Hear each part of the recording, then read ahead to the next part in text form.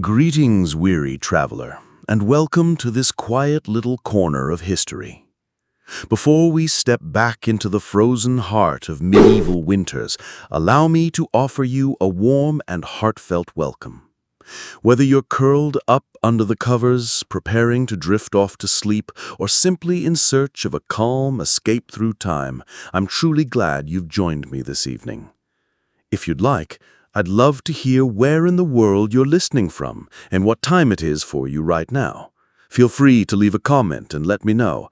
It's always a joy to see how far and wide this community of history lovers stretches. If tranquil, immersive tales from the past are your kind of thing, don't forget to hit the subscribe button so you never miss an episode.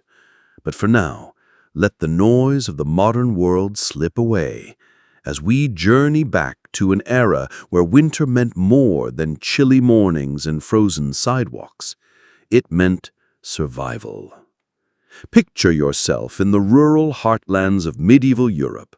The trees have long shed their final leaves, and the sun hangs low, casting a pale and feeble light. Its warmth is little matched for the sharp bite of the wind. Frost crunches underfoot. The first snowflakes drift silently down. Winter is coming. And in this age, that brings one thing above all else: hardship. The cold begins subtly, a breath on the wind, but it deepens, stays, and settles in for the long haul. Soon the land will lie beneath a thick blanket of snow, and the rivers will turn to glassy sheets of ice. In a world without insulation, without central heating, warmth is a luxury known only to the few. But winters were not always so harsh.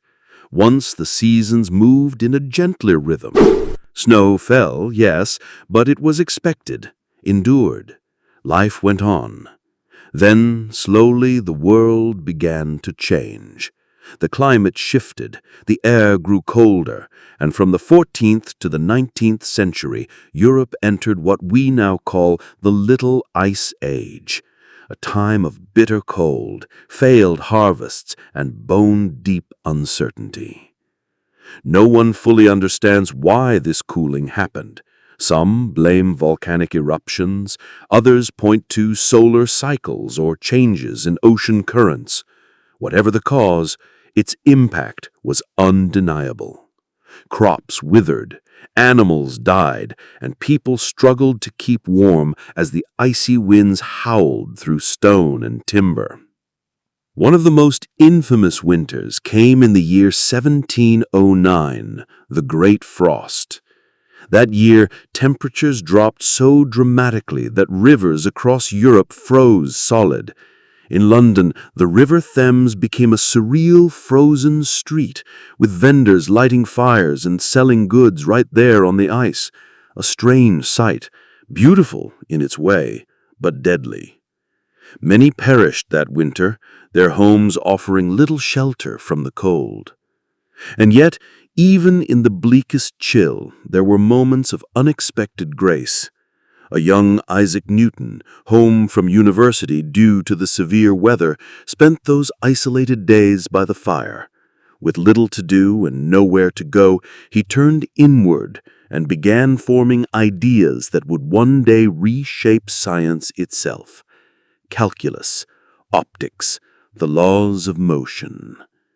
It's a quiet reminder that even in the darkest seasons, the human spirit searches for light. Still, for most people in the Middle Ages, winter wasn't an opportunity, it was a trial. The wealthy might retreat behind thick stone walls, wrapped in wool, their pantries full and fires burning bright. But for the peasants, for the serfs who made up the majority of the population, winter was a time of constant struggle. Imagine waking in a small, smoke-filled cottage, the only room shared by the whole family, and the fire barely clinging to life in the hearth. Your breath hangs in the air like a ghost as you rise from your straw mattress, careful not to wake the shivering forms of your family, huddled together for warmth.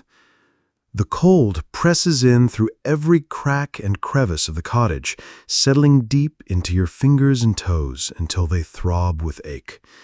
Breakfast, if there is any, might be a thin bowl of porridge or a piece of stale, hard bread. The food from the last harvest is running dangerously low now, and you know the worst of winter is still to come. Even the animals suffer. Their coats are crusted with frost, and they cluster together in the dim shelter of the barn, steam rising in clouds from their breath. As the weak morning light breaks through the gloom, you set out into the snow to gather firewood, whatever scraps you can find. It's exhausting work. The cold bites at your raw hands, the wind chafes your cheeks red, but you press on, because without fire, your family will not make it through the night. You think of your children, their small faces pale, tight with hunger, and you find the strength to keep going. This was life for so many in the medieval world, a constant struggle, day after day, just to endure. Survival wasn't guaranteed. It was earned through toil, through pain, through sheer determination. And yet, amid all the suffering, there were still flickers of resilience, even moments of joy. The medieval world was deeply attuned to nature's rhythms. The passing of the seasons wasn't just a backdrop to life, it shaped every aspect of existence. And even in the depths of winter, when the land lay silent and frozen, there were sparks of warmth to be found. One such glimmer came with the feast of St. Stephen, held each year on December 26th. For a brief time, the rigid structures of society relaxed. In some villages, a peasant or servant might be crowned the lord of misrule, presiding over a raucous celebration filled with laughter, food, and merriment. A single day of revelry in an otherwise harsh and disciplined world.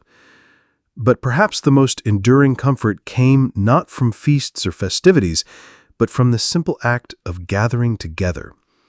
In a time when survival depended so much on community, the bonds between people became lifelines. Imagine a snow-covered village huddled against the wind. Smoke curls from stone chimneys into the gray sky, a sign of life in a sleeping world. Inside, families draw close around the hearth, sharing stories, sharing warmth, sharing whatever scraps they have left. Neighbors check in on one another, bringing firewood or a pot of soup, or simply the comfort of company. Faces are tired, weathered, but in the flickering firelight, there's something else too. Resolve. They've faced winters before, and they'll face this one too. And so the cold days march on. The snow deepens, the rivers freeze harder. But still, beneath it all, a quiet hope remains. For even in the darkest season, they knew spring would come.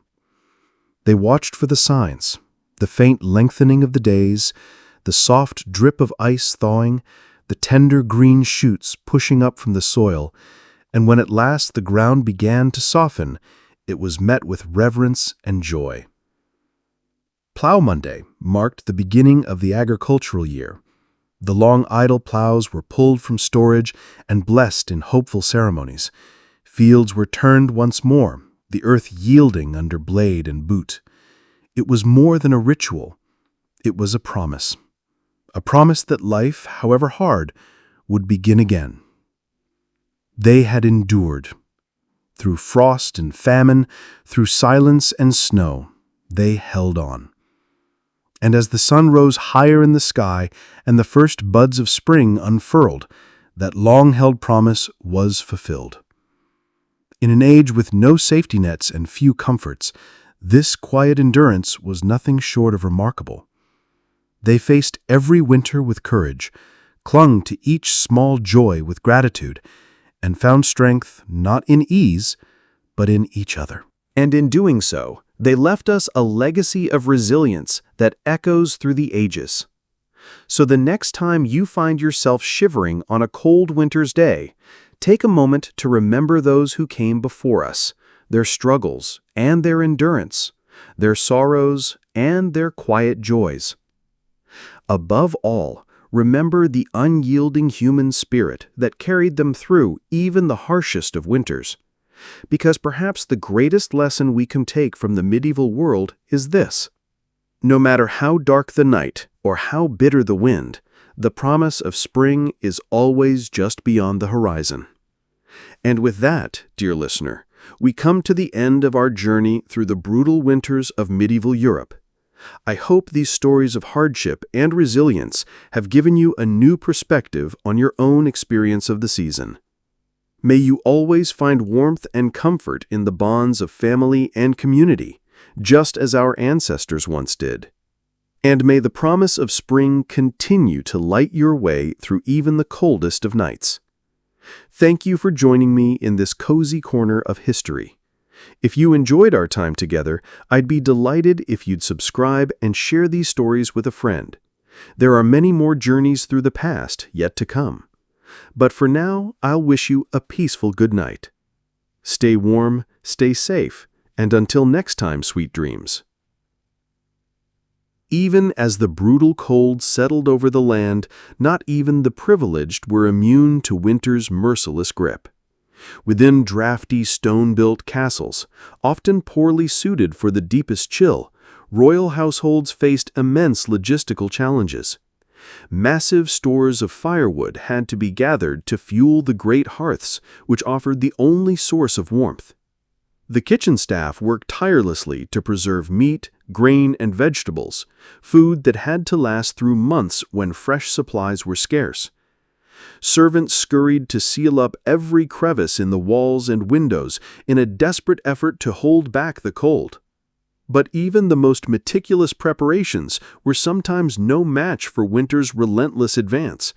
According to legend, one particularly tragic tale tells of Queen Elizabeth of Hungary, who was found frozen in her own bed one bitter January morning in 1326, a victim of the very castle that was meant to protect her.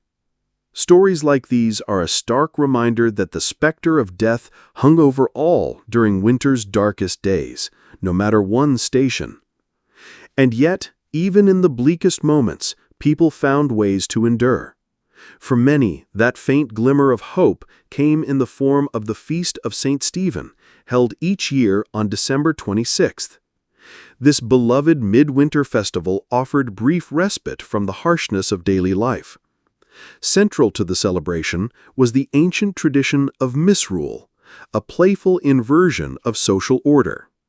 For one day, a commoner would be crowned Lord of Misrule, given license to preside over the merriment and issue light-hearted commands to those of higher rank. However fleeting, this moment of sanctioned revelry acted as a much-needed release valve for the frustrations and tensions of life under feudal rule. For just one day, the rigid boundaries between lord and serf were blurred, replaced by laughter, music, and shared indulgence. More than mere diversion, these celebrations were vital for the spirit. The fellowship and goodwill they fostered helped communities survive when winter threatened to break not only the body, but the soul. One chronicle from 1377 tells a poignant story. Two neighboring peasant families, their stores of food long depleted, came together on the feast of St. Stephen to share a final, humble meal. Their last bit of bread and broth pooled together, not just to nourish their bodies, but to keep hope alive. That act of kindness and solidarity gave them the strength to endure what remained of the long, bitter season. Such acts of compassion formed the very marrow of medieval society in winter. A helping hand extended to a frostbitten traveler, or a single log given to a shivering widow, could mean the difference between life and death. The shared struggle to withstand winter's relentless grip fostered a spirit of mutual reliance, one that quietly transcended the era's often rigid social hierarchy. But even the warmest expressions of goodwill began to fade as the season dragged on. The Feast of St. Stephen offered a flicker of light and joy, but only briefly. A single day of merriment before the long, weary trudge through January, February, and March resumed. As food stores dwindled, stomachs ached, and the cold crept past even the most carefully tended hearths, spring felt like a distant and fading dream. And yet, year after year, somehow, they endured. Through hunger, through cold, through illness and grief, medieval people held fast to life.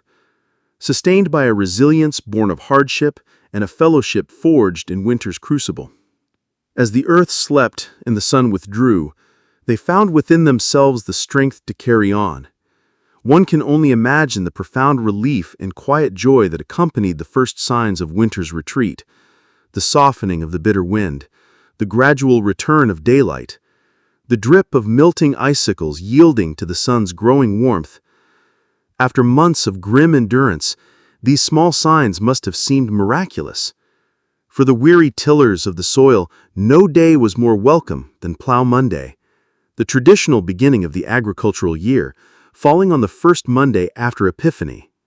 Though winter still clung to the land, Plough Monday marked a turning point, a symbolic gesture that the soil would soon awaken. You can almost picture it, fields slowly emerging from the snow, the first furrows breaking frozen ground, plow teams straining forward as if to defy winter's rain. With each turned sod, medieval man declared his quiet rebellion, his refusal to yield to the cold, and his unwavering hope for spring's return. Henry VIII lost his beloved wife, Jane Seymour, to postnatal complications, likely worsened by the unhygienic conditions of the time. Even royalty, cloaked in privilege, could not escape the grim realities of medieval winter. Yet it was children who were the most vulnerable. Bitter weather, poor nutrition, and unsanitary living conditions made the cold months particularly deadly for the young. Infants born during winter faced a perilous beginning. In 16th century London, nearly half of all children died before reaching their 5th birthday. One haunting custom from the era reveals just how common an expected loss had become. The practice of bone lace involved tying a black ribbon to the wrist of a gravely ill infant. If the child succumbed, the same ribbon would be used to secure the burial shroud. A quiet, heartbreaking ritual born from the season's unforgiving toll on the most innocent. With dangers lurking both outside and within, winter became a time to retreat and endure. For the poor, even the basics, food, shelter, warmth, could not be taken for granted. The grip of winter poverty was both pitiless and unrelenting. Firewood was a tightly controlled commodity, with strict laws governing who could gather even fallen branches. Many families were forced to burn dried dung and straw, huddling close to the feeble flames. Their livestock often shared the same space, exhaling plumes of steam into the bitter air. Pantries shrank to a meager selection of salted meat, dried legumes, and rough, dark bread. The bounty of autumn was a fading memory. The fresh, green promise of spring was still far off. Foraging for food meant scouring the frozen countryside for hardy fare, nettles, wild garlic, mushrooms, anything remotely edible. A typical winter pottage might include dried peas, beans, and salted pork, with the occasional wild onion or foraged green to add a whisper of flavor. It was dull, monotonous fare, but it kept body and soul together. For many, even this humble diet was a luxury. Crop failures, storms, or pestilence could wipe out stored provisions and plunge entire regions into crisis. The Great Famine of 1315 was particularly brutal. Relentless rains rotted crops across northern Europe. Chroniclers tell of starving people eating dogs, horses, even resorting to cannibalism in their desperation. Some accounts speak of parents smothering their children to spare them a slow death from hunger. The dead lay unburied, too numerous for the living to manage. Though that famine was unusually severe, localized shortages were common. Every winter, the balance between survival and starvation was precarious. But winter didn't just dictate survival, it colored every aspect of life. Leisure, worship, and even crime bore winter's stamp. With long nights and treacherous roads, communities turned inward. Families gathered around the Yule fire gave way to quieter evenings filled with small, sustaining comforts. With daylight scarce and travel dangerous, people relied on song, storytelling, and craftwork to pass the time. By candle or rushlight, scenes of weaving, mending, and carving unfolded around smoky hearths. Industriousness was less a virtue than a necessity. Idleness, after all, was the devil's playground. For the literate few, winter offered time to read and reflect. A humble tradesman in 15th century England might own a Bible, a book of hours, and perhaps a merry tale of Robin Hood. The wealthy collected illuminated manuscripts, treasured tomes that were often read aloud for the entertainment of the entire household.